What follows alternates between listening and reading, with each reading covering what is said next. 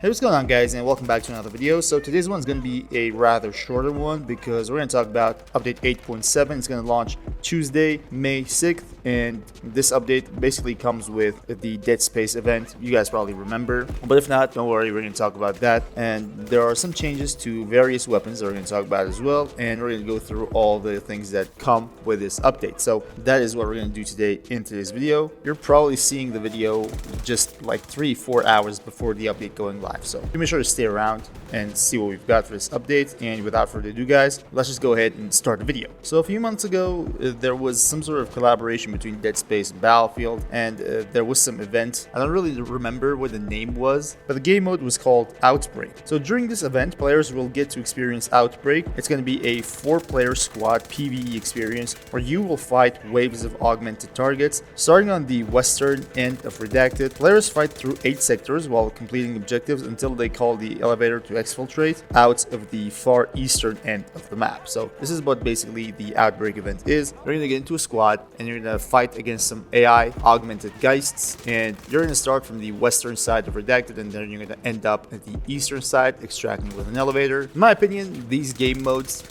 especially when it comes to Battlefield, PvE game modes are they just don't cut it. I don't know why, but this seems kind of ridiculous. For a game that doesn't even have any sort of single-player campaign, when you put on some sort of PvE event like this, it's not going to work. Most of the times, I see servers empty, no one's playing, nobody even talks about these kinds of stuff. You don't really see even a lot of gameplays and videos on YouTube coming out from these special events, especially when they are like this. With the Archangel Directive event, they gave us Control. Control was so good that people started to ask for it more and more, and these guys actually showed us that they can deliver something good. Outbreak wasn't just the event for me, but there are areas of improvement for Outbreak compared to the first time it went live. Let's take a look at these. So Dead Space skins are going to be available for purchase. The starting weapons will have a Dead Space skin on them, and they added a loading screen tutorial as well. They polished and improved the HUD, increased the time between Juggernaut badges. They've replaced the MCS 880 with the NVK S22 shotgun, and they basically fixed a lot of bugs. So that's what's changed with the Outbreak. Some bug fixes and some visual stuff, nothing more, but there are other things this update actually brings to the table, so let's take a look at those. For the NVK S22, they've upgraded the pocket size on soldier outfits to accommodate more shells. For buckshot, you can now have 40 shells instead of 20. For Flechet, you can have 20 shells instead of 10. For Slug, you can have 20 instead of 10. So that's with the NVK S22, and there's a developer note here saying these changes are inventory based only. No visual changes are present on magazine models. Well,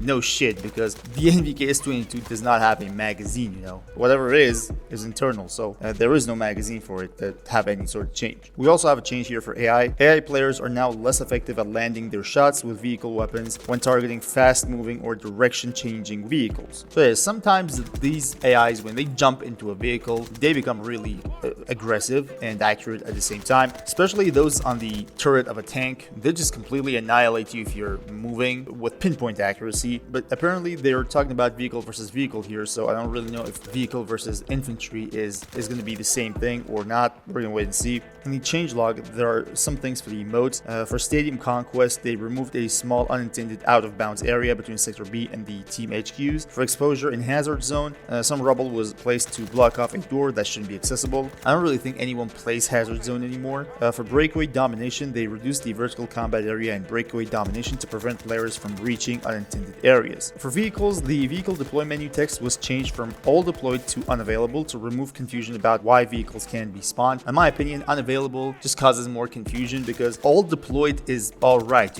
It's very interesting, but when you tell someone that all the vehicles that you want to play with are deployed, I don't think they're confused anymore. But unavailable, in my opinion, just causes more confusion. I don't know. They also fixed an issue with 2 C4s not destroying Bradley and BMP's weak side when using the active armor upgrade. This perk was not meant to protect against explosive damage. So that's also a bug that's fixed. For weapons and assault rifles, we've got the M16A3, fixed an issue where damage dropped by 1 point and rose again at a specific range. The M16A3 now maintains consistent damage across the full range interval. Issues like this have been with the weapon since day one.